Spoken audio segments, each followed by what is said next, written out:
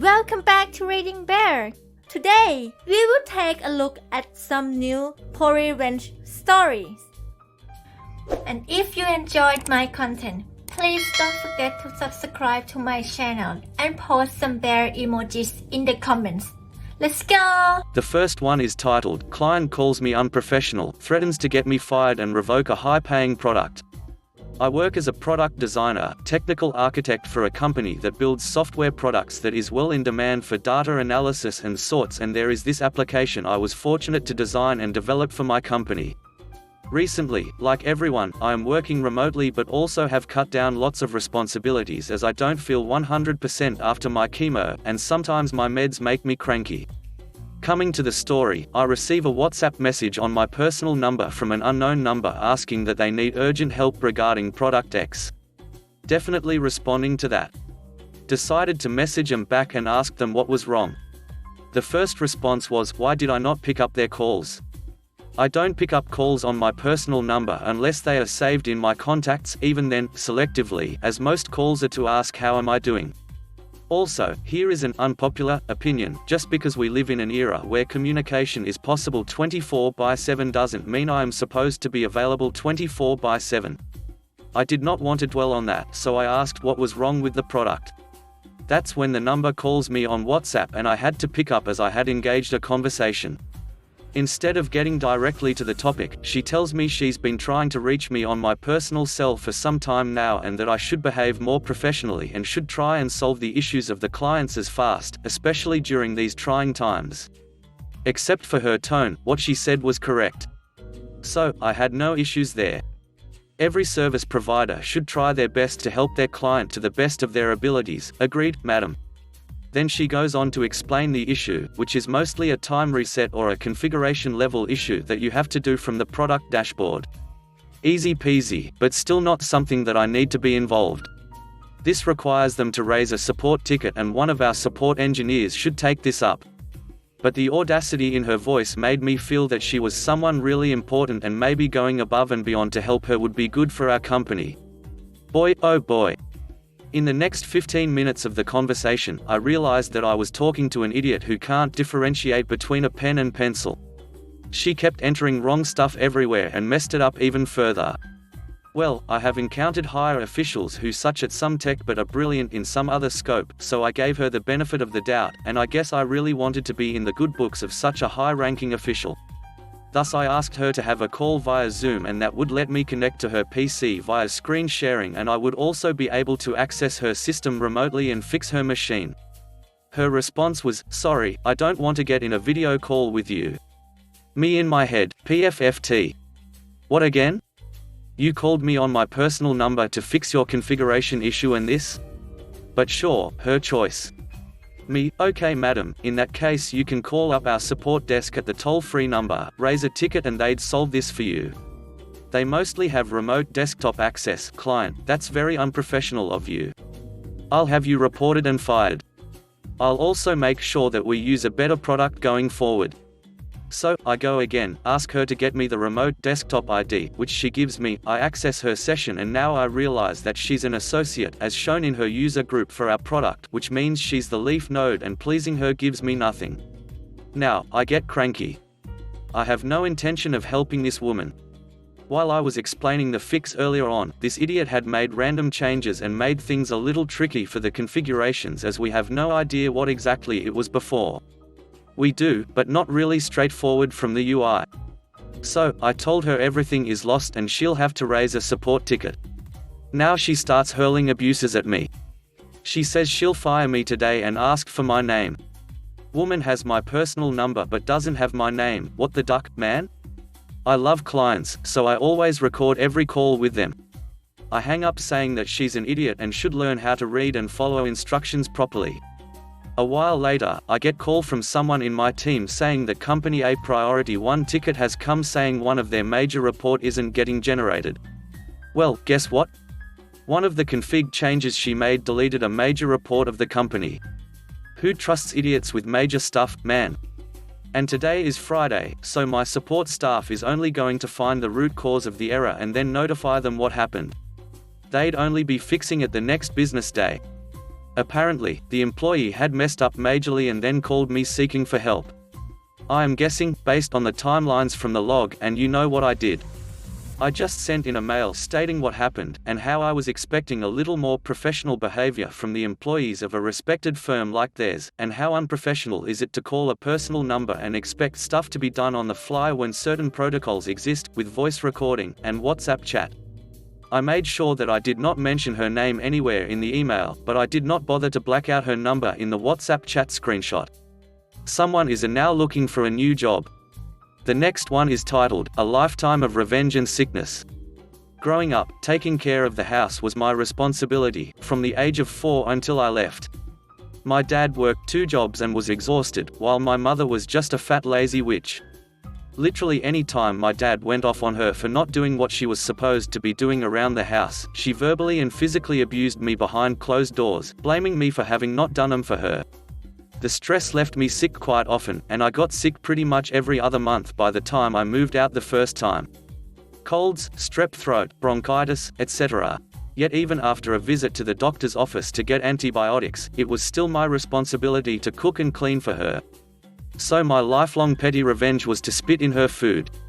I learned early on that snot rockets were hard to break down outside a creamy dish, so it was usually just plain spit. I didn't mind dropping her food on the floor, which was a pretty gross flaw given cleaning had been my responsibility since I was 4, when I had to bring her plate. Sometimes I'd drool onto her plate. And she was never the wiser. But she could never understand why she always got sick so fast, why it spread through the family so quickly. Sometime after I moved out, we got in an argument about my treatment growing up. She always says she did most of the work, that I never had to do anything around the house until middle school. Hell, I was tall as duck, she might actually believe that, and that I was a liar. I'm like, what about the dozens upon dozens of times I remember cooking for you with strep throat? She laughed in my face and said to me with a cocky smile that never happened, since she thought I couldn't prove it. So I say, so you never wondered why it spread so fast when I got sick? I spit in your food for ducking 12 years, woman. She sputtered for a few moments, turning white as she realizes. It felt so goddamn good when I left that day. I should add, she always wanted to blame my immune system problems on my brief stay in foster care. When I moved out, I went from getting sick maybe 6 to 8 times a year to getting sick only twice in a period of 3 years. My immune system is fine. And to answer some of the questions from the original post, my dad turned out to be entirely unaware of how I was treated while he wasn't around. Literally, I watched the man weep in court when he heard all the things my mother had done to me. He just wasn't home, wasn't there, and now tries so much harder to be a part of my life. I recently had to move back with them, and he's taking absolutely none of my mother's crap, and made it clear I don't have to do a goddamn thing, especially not for her. I should also add she was charged with neglect, failure to protect, and failure to supervise. She is not allowed to even hold a child, let alone be near one. No one trusts her, and no one wants to be around her. All in all, a victory. The next one is titled, Get Violent About Sharing My Bed. Right back at ya, bud. Years ago I was stuck in a really abusive relationship. Won't go too into detail, because it's a long and irrelevant story. In the last months leading up to my escape, Jay, my now ex, would take up the entire bed every night. I would usually have to sleep half laying on the bed, half standing on the floor, without even a corner of the blanket. He would randomly elbow me hard in my neck and spine multiple times a night on top of that. If I tried to ask him to move, push him aside to make room, or attempt to claim some of the blankets, he would beat me with his elbows until I moved to the cold *** floor. I mean, full on body slamming me in the ribs and stomach with his elbows, as hard as he could. The whole relationship was bad, and I wish I was strong enough to get out of there sooner. Anyway, one night I found myself with about 1/3 of the full-sized bed, for the first time in ages. Not only did I take advantage of a peacefulish night of sleep, I got some very minor, petty revenge. As Jay was facing the wall with his back to me, I scooted my butt against him, and leaned forward so my body was at a 90-degree angle. After a couple minutes I used all my strength to slam my body backwards into his back, full force. I heard his face hit the wall right before he sat bolt upright screaming, "What the hell?" I pretended to be asleep as he tried to shake me awake before cursing to himself and laying back down. It was great, and I still can't believe I managed to keep a straight face and play it off. He never brought it up, and surprisingly didn't get violent that night. As stupid and petty as that was, years later it's the only thing from those 2 years that still makes me laugh out loud whenever it randomly pops into my head. On a side note, I got my bed back. He's been living in a van drinking himself into a coma for the last 4 years. The next one is titled, Calling Time on Foul Cafe. At 15 everyone at school had to do work experience, 2 weeks out of school working, somewhere, anywhere. I tried so hard to find my own placement in something I was interested in but came up empty. I ended up helping out in a local cafe. Not exactly experience as I had already been working in a different cafe at weekends for 2 years. I turned up on the first day to be greeted by a foul, greasy, fat lump of a man in the most disgusting and dirty clothing and apron who grunted something unintelligible and pointed at a woman in the back of the kitchen. This nice and clean lady turned out to be his mother, the waitress. She put me to work cleaning tables, collecting and cleaning cups, plates, etc. The next day they taught me the till and I served customers too. At the end of the day I was to mop the floors. I went to the mop bucket and it was full of cold, grey, slimy water. I went to tip it out to put fresh in and the greasy owner shouted at me, "No. Use that, I can't afford to waste money for hot water and soap on floors." I used the same water on the floors the whole week. By the end of the week I was more than horrified. Bowls of sugar and condiments on tables were never cleaned out and regularly had dead insects in them. Crockery and cutlery are chipped, stained and never cleaned properly nor sterilized. The kitchen area was the most disgusting I'd ever seen with moldy food in the corners of hot plates and all over the floor. Utensils were never cleaned, just scraped. Food was often left out, uncovered. The fridges were not cold enough and food was thrown in willy-nilly uncovered and mixed up raw, cooked touching etc. The sluice room and bins at the back were vomit-inducing. The table legs had old food and fluff caked under them and when I bobbed down to try and clean them the underside of the tables had mold growing. I was reprimanded for trying to clean anything properly. The nice mother quietly warned me not to say anything either. I think she was afraid of her son. Tuesday of the second week there was a phone call from the local butchers warning there was a health inspector in the area. I've never seen so many people move so quickly. Sugar bowls were replaced, vinegar bottles were emptied of dead flies and polished.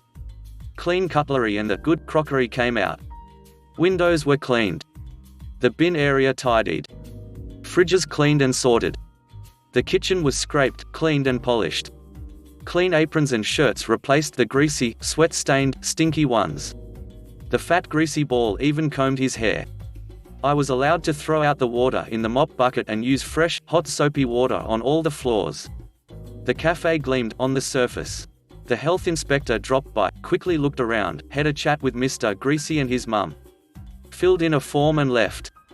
By Friday the cafe no longer had any shine left and the mop bucket water was dull brown with chunks of food and grease floating in it. The flies and ants returned to live, eat, and die in the sugar and condiments. I'm sure the patrons never understood why they got sick. I was out of there. So relieved it was over. But I felt so bad for the nice customers. I needed to do something. So I asked my mum, who worked for a government agency in a hygiene-related field, how to report them. She helped me find the number and who to ask for.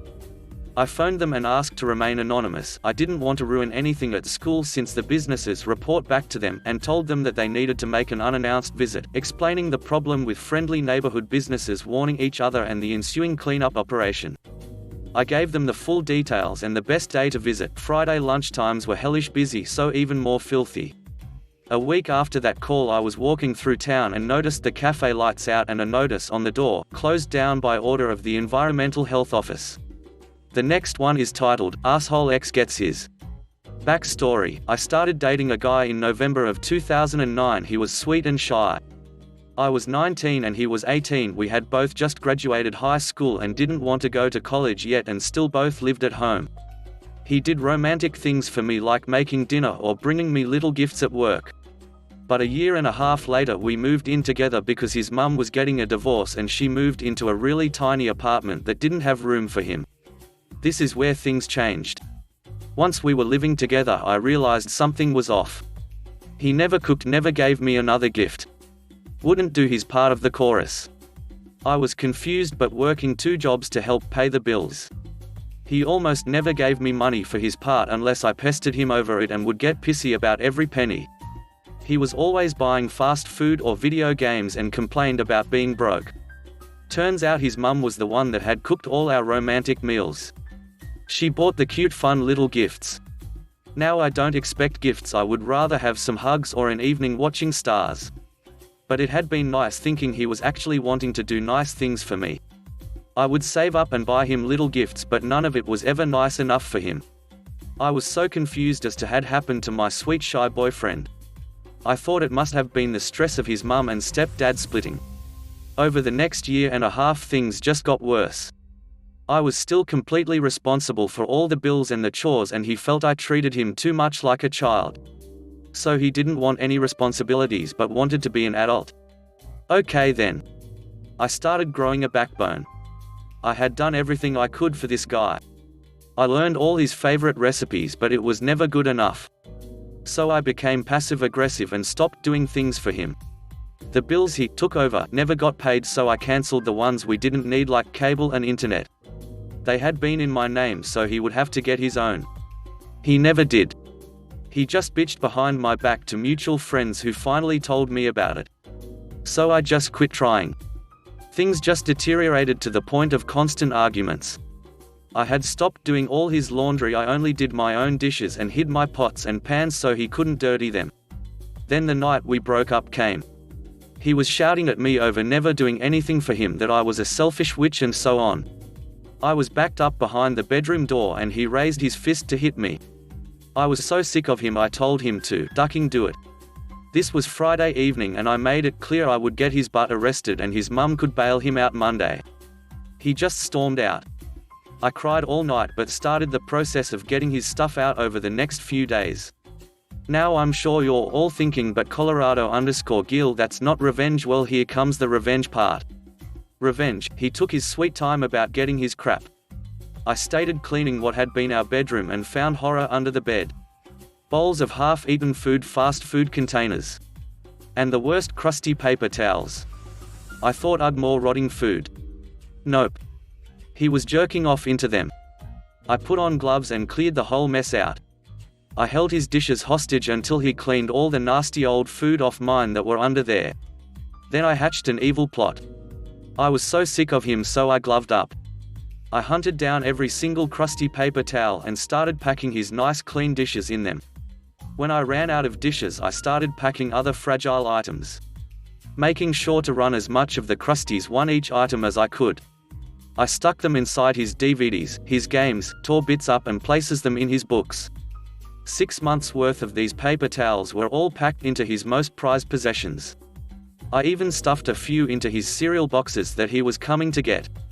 It was so hard handing the last of his stuff over with a straight face. A few days later I get a text asking me what was all those paper towels.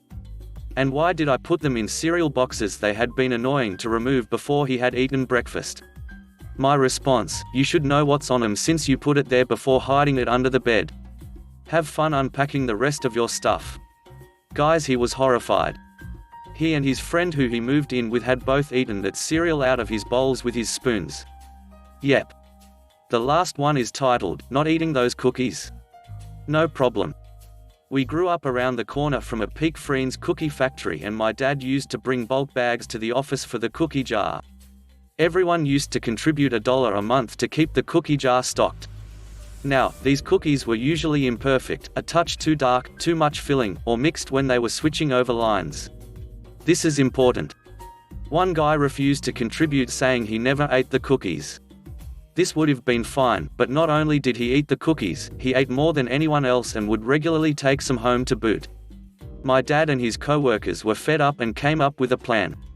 A week after the latest batch of cookies had arrived, the guy went up to my dad and said, "Canadarks, Dad, I know they're from the factory store, but you need to complain, these Oreos have no filling in them."